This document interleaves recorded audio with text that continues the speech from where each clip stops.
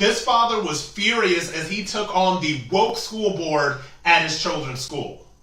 Class of 97. I made it halfway through 1995, but for some reason I was too ill-behaved to even make it through Heather Ridge. I know it's hard to believe. But I identify as Ray Gallagher, and I'm going to go by Ray Gallagher for the rest of this speech. So you guys had 6 kids raped, and the first thing you thought to do was to start to ban free speech and require driver's licenses in order to stop citizens from calling you out on your bull. Well, it's not going to work. Mr. Porter, I'm going to stop. Sorry, but I'm going to stop you right there. I'm sorry. There is nothing disruptive about the content of my free speech. Do you want to talk about Cohen versus California? Did you stop my time? You did. It is stopped. I'm going to continue. No, it didn't stop. It's still counting. I'm looking at it. It says 2 minutes. I'm going to give you one more chance, and then I'm going to ask you to sit down. For what? To abide by our new policy. You can't ban specific words. My particular view of your policies, the fact you had all these kids raped by a transgender person, and then you keep pushing transgender stuff on children, is that your policy is completely out of line with America. Now, this is a transgender flag, and I would like to show you demonstrably what America and the voters think about the transgender ideology being pushed on children. So that right there is what America thinks of your transgender policy 443.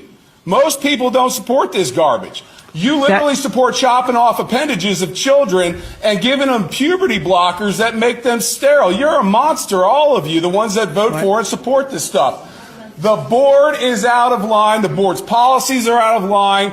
So this father, I mean, man, he really does, like, he went really in right there, but he really does represent how a lot of people feel about all of the woke, transgender, gender insanity, BLM, far-left woke culture, trans kids nonsense that is being pushed in the public education system.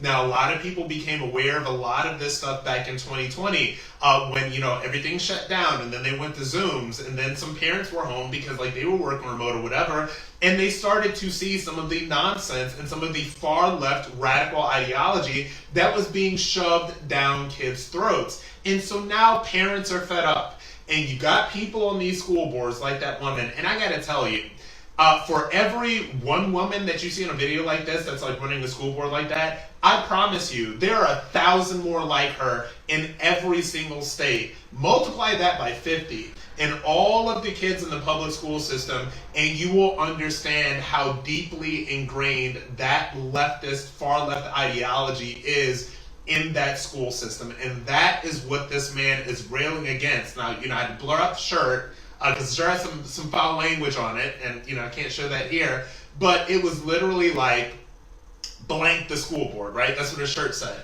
Parents are fed up, and generally when I cover stuff like this and when I react to stories like this, I would say, well, you know, take your kids out of public school, put your kids in private school, homeschool. Look, every parent can't put their child in private school, and every parent doesn't have the time to homeschool. People work, private school is expensive. I understand all of that stuff. So I commend the adults, and particularly the male adults, like this man, that are going into the lion's den and advocating for children, all right? Because the people in these woke school boards and all of these, you know, liberal women that run everything in the education system, they're just not protecting kids. So good for this father for speaking up.